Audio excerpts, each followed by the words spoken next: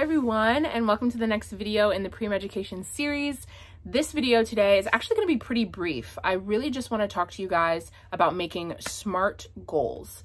And these goals don't have to be huge. They can be small or really apply to anything or any part of your life. It doesn't just have to be school or getting into medical school or finding a research position or all the pre-med things. This applies to really anything. And there was a period of my life before I discovered this SMART goal setting system where I was setting a lot of goals, but not a lot of them were being achieved. I was really struggling to really get that sense of achievement that I wanted. And then once I realized that this is a great way to do things, my goals seemed that much more attainable, and they were that much more attainable. So, quick video, we're going to talk about what a SMART goal is, give some examples of each of them, and talk about each part of the SMART goal setting process. Here we go. First things first, the first letter in the SMART goal setting process, if you didn't put it together already, it's an acronym.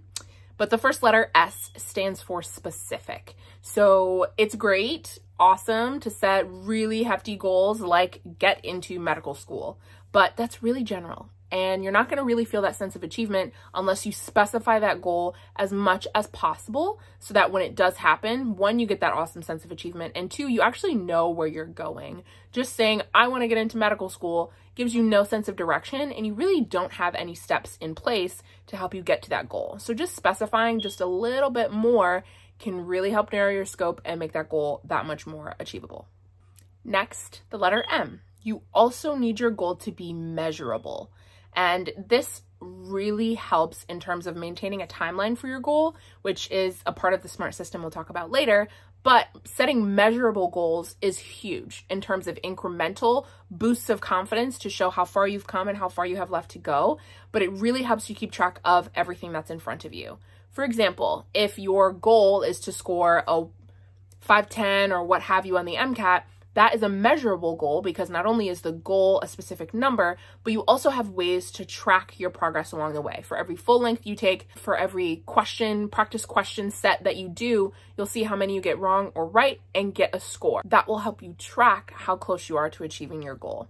And again, this applies to more than just the MCAT or other pre-med related things. For example, if you want to hit a specific personal record weightlifting at the gym, absolutely great measurable goal. If you just want to eat a healthier diet, a measurable goal is how many healthy meals did I have today and how close am I to achieving 3 healthy meals and 2 healthy snacks in between each one of them in a month from now. All measurable goals, and just giving yourself a measurable system will really help in the long run. The A in this acronym stands for Attainable. And as much as everyone says the sky's the limit, they are not wrong.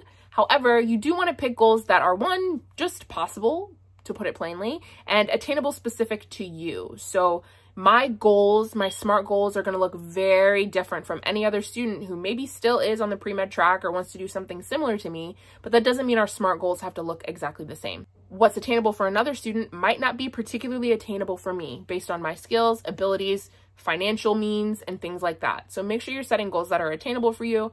The last thing you want to do is put yourself in front of this mountain of a goal that really isn't attainable, and maybe in the timeline that you've set for yourself, or it's not a really measurable goal, and setting yourself up for a goal that's not attainable is just going to make you feel really bad down the road. So make sure you stick with A and make all of your goals attainable. The R stands for relevant. This is really important because we can set goals for days, but if they aren't really relevant to the person we're trying to become, the values that we're trying to uphold, or the big dreams that we have for ourselves down the road, then why are we setting them? It's tough to think of reasons why you would set goals for yourself that don't really pertain to you or people in your immediate family or people that are in your network. You really want to set relevant goals, especially if you're going to be investing this much time and effort into setting SMART goals. Make sure they're relevant to you, making you a better person, student, friend, future physician, what have you. Whatever is best for you, make sure that the goals are relevant. Lastly, you want to make sure your SMART goals are time-based. This is one of the biggest things that changed my goal achieving abilities. Really giving myself a timeline for when I'd like to achieve them. In the past, I've had a habit of just setting a goal and hoping for the best and saying it'll happen when it'll happen. But once I give myself soft deadlines, smaller goals to achieve along the way, everything changed. I was achieving goals left and right, whether they were small or large. It just made them that much more feasible. And it also allowed me to set myself up for success in terms of the moves I need to make ahead of time. So if I want to achieve a goal by the end of the semester, I already know that that's where I'm going to be. So there are definitely things that I could be doing now in the beginning of the semester to help me get there, even if those weren't incremental parts of achieving my goal. There are things that I can do to set myself up for success.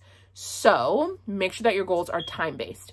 Whether that means I want to achieve this goal in the next 5 minutes or in the next 5 years, what have you. Try to give yourself a soft deadline for when you'd like to get it done. So there you have it. That is the SMART goal setting system, and it applies to any goals that you want to set really in your life. And what's great about it is you can apply this system to the big goals and even those goals that need to be broken down into much smaller ones. So I've applied this in various aspects of my life. In particular, I am trying to develop a new fitness routine. Going off to medical school means that I'm not going to have my close friends and family around me to motivate me to go to the gym anymore. So I kind of have to develop my own sense of intrinsic motivation. And that means getting comfortable in the gym and making goals for myself in there. So rather than just saying, I want to develop a new fitness routine, I would instead say something like this.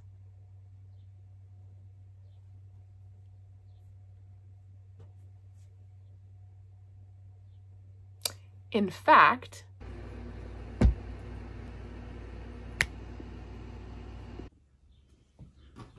I'm going to work on that right now. See you in the next one.